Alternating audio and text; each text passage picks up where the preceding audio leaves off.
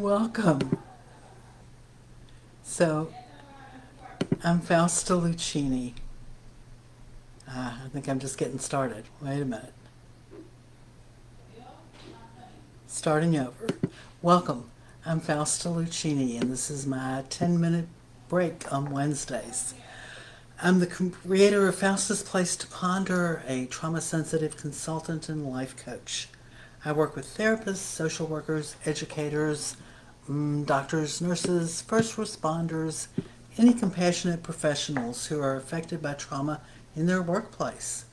I help them reconnect with their own deep wisdom and gain the tools they need to support them both professionally and at home. So I'm delighted that you're here today. I am running late because the first attempt at this, the camera didn't work. So, okay, starting over. I'm going to breathe a minute and bring my attention to this space. And then I'll start with a brief self-compassion practice. It's a loving kindness meditation. This is the third time I've done this one, and I'll probably continue doing this one through the month of August. This is not a notice your breathing kind of practice. You don't have to sit perfectly still. You don't have to think about your breathing. And I'm just going to talk us through the practice so you don't have to sit in silence either. I am going to take another deep breath.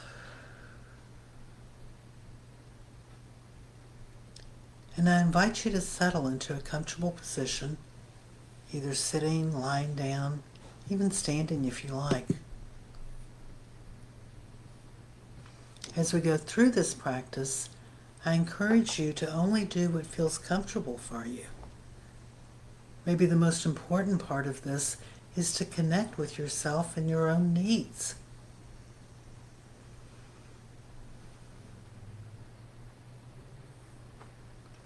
So you may want to put a hand over your heart or another location that feels soothing as a reminder to bring not only awareness, but loving awareness to your experience and to yourself.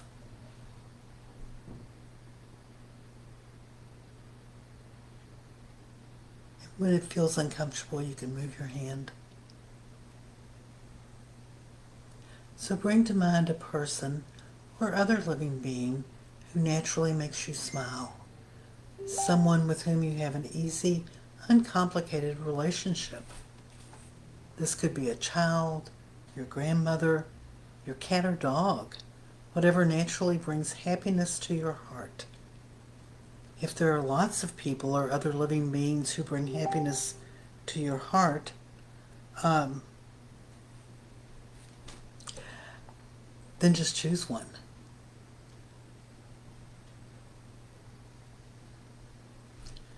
Let yourself feel what it's like to be in that being's presence and allow yourself to enjoy the good company. Create a vivid image of this being in your mind's eye. Then holding this image in your mind, repeat these phrases. May you be safe. May you be healthy. May you be happy. May you live with love. And actually the phrases you use don't matter as much as the intention of wishing well. You're free to choose your own phrases if you like. You might prefer, may you be peaceful. May you be free from harm. May you live with ease. Or many others.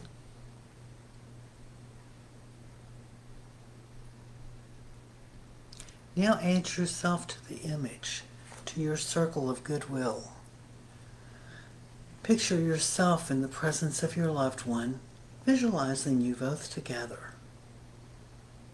Holding that image in your heart, repeat these phrases or ones of your own choosing.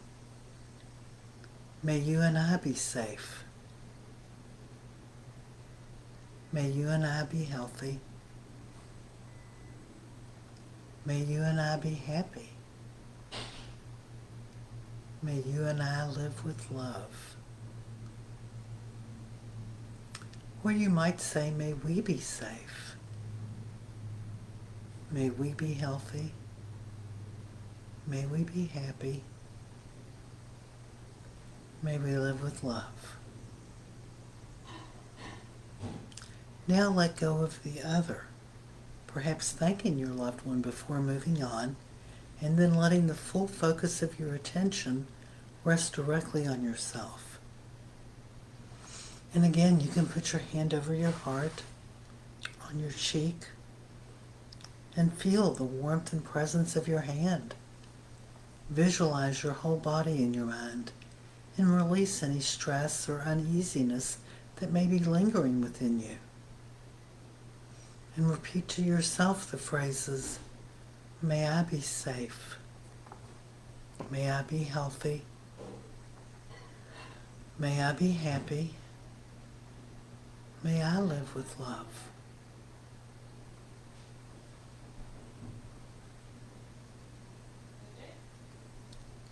And now just take a few breaths and rest quietly in your own body, accepting your experience exactly as it is.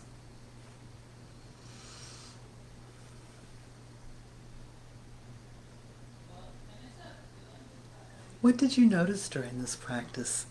What came up for you?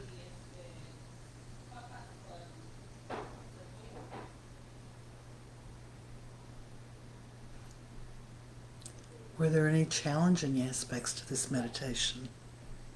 And can you hold that in compassion without judging yourself for how you think it should be? We have so many beliefs about how things should be. One of them that came up for me this week was around the idea of struggle. It came up in a conversation with a woman about being torn between thinking that life was supposed to be hard and that we have to struggle, and almost feeling guilty if things were too easy. But then sometimes the struggle would become overwhelming and depressing, and she'd want to just curl up on the couch and stay there, which I think we've probably all felt at some point. So then she would think, but life isn't supposed to be this hard. I wish that somebody would just take care of me. And I can understand that. It made sense how you can move back and forth with those viewpoints, right? And so I started to question really what I think. Is life a struggle? Is it supposed to be hard?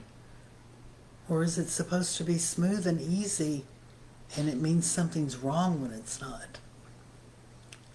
So as long as I can remember, I've believed that life is a struggle, at least some of the time, right? That it's like a journey with barriers that you have to overcome, or at least survive, so that you can get to a different part of the journey. I believe that it's hard, but sprinkled with moments of great joy, and times of some deep satisfaction. Sometimes it seems like circumstances come together, and things flow really smoothly, and it's all good, which is lovely. But I don't expect that to last, or think that something's necessarily not the way it should be when things aren't so smooth. So I was thinking about that, and then I thought, whoa, here's the thing. Life is hard, but I don't think we can just say, oh, well, life's a struggle, that's okay. You know, racism, misogyny, many other social justice issues call for our attention. It's not like we can just sit back and go with the flow. The life struggles that are okay and necessary, in my viewpoint, are about figuring out how to live. How do you take care of your children, your pets, your friends, your home, maybe your parents, and yourself? How do you love each other without losing yourself? How do you do work that matters without being overwhelmed by the pain around you? Without getting on my soapbox about the issues I think we need to address, there are so many, and I'm sure you have your own list. My work is really about helping you figure out what you need to be okay so that you can do whatever it is you want to do that will make the world better, or at least make your little corner of it better, right? So the conversation today and just thinking it, or this week, and just thinking it through really made me, just stop and look at what I believe. And then I thought about this quote from Lloyd Alexander, and I wanted to share that. The quote goes, "A shade of sorrow passed over Tellyson's face. There are those," he said gently, "who must first learn loss, despair, and grief. Of all paths to wisdom, this is the cruelest and longest. Are you one who must follow such a way? This even I cannot know. If you are, take heart nonetheless. Those who reach the end do more than gain wisdom. As rough wool becomes cloth and crude clay a vessel, so do they change and fashion wisdom for others, and what they give back is greater than what they won." And so I've kind of been sitting with that today, and thought I would talk about it. So of course I'm curious to hear what your thoughts are. I can't actually see the comments while I'm in this. I have to figure out how to do that, right? But I can't right now. So send me a message, email me, leave a comment on the post, or contact me if you want to talk about it in depth, right? And have a great rest of the week. I'll see you next week.